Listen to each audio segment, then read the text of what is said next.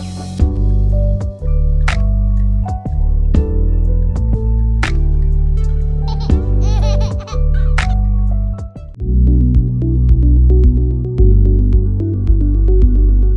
అండి, నా పేరు doctor Sita.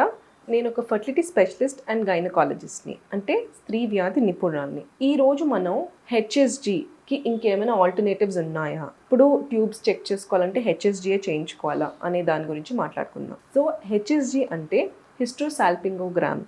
Generally tubes open ఉన్నాయా లేదా అని చూడడానికి మనం హెచ్ఎస్జి చేసుకుంటాం అనమాట.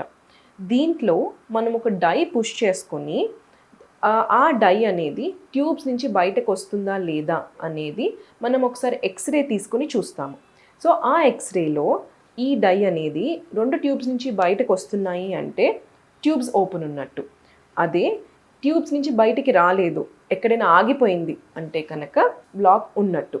సో చాలామంది పేషెంట్స్ ఉంటారు, ఈ హెచ్ఎస్జి చాలా పెయిన్ఫుల్గా ఉంటుంది, ఇది కంపల్సరీ అండర్గో అవ్వాలా, ఇంకేం ఆల్టర్నేటివ్ లేదా మనకి ట్యూబ్స్ చెక్ చేయడానికి అంటే there is a simpler alternative. SSG అంటే సెలైన్ సోనోసాల్పింగోగ్రామ్ అనేది ఒకటి ఉందన్నమాట. దాంట్లో కూడా మనం ట్యూబ్స్ ఓపెన్ ఉన్నాయా లేదా చెక్ చేసుకోవచ్చు. ఇది అవుట్ పేషెంట్ ప్రొసీజర్ అండి. సో దీంట్లో ఏంటంటే మనం వాటర్ సెలైన్ పుష్ చేస్తామన్నమాట.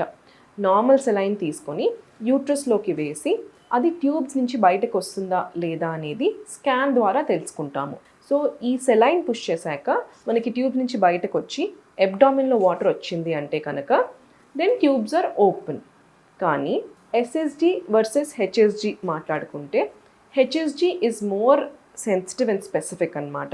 ఎస్ఎస్జి అనేది మనకి ట్యూబ్స్ ఓపెన్ ఉన్నాయా లేదా అనేది చెప్తుంది, కానీ ఏదైనా బ్లాక్ ఉందనుకోండి, ఏ ట్యూబ్ బ్లాక్ ఉంది అని చూడడం కొంచెం కష్టం. దానికి కూడా అడ్వాన్స్ ప్రొసీజర్స్ ఉన్నాయి, but HSG is more specific అనమాట.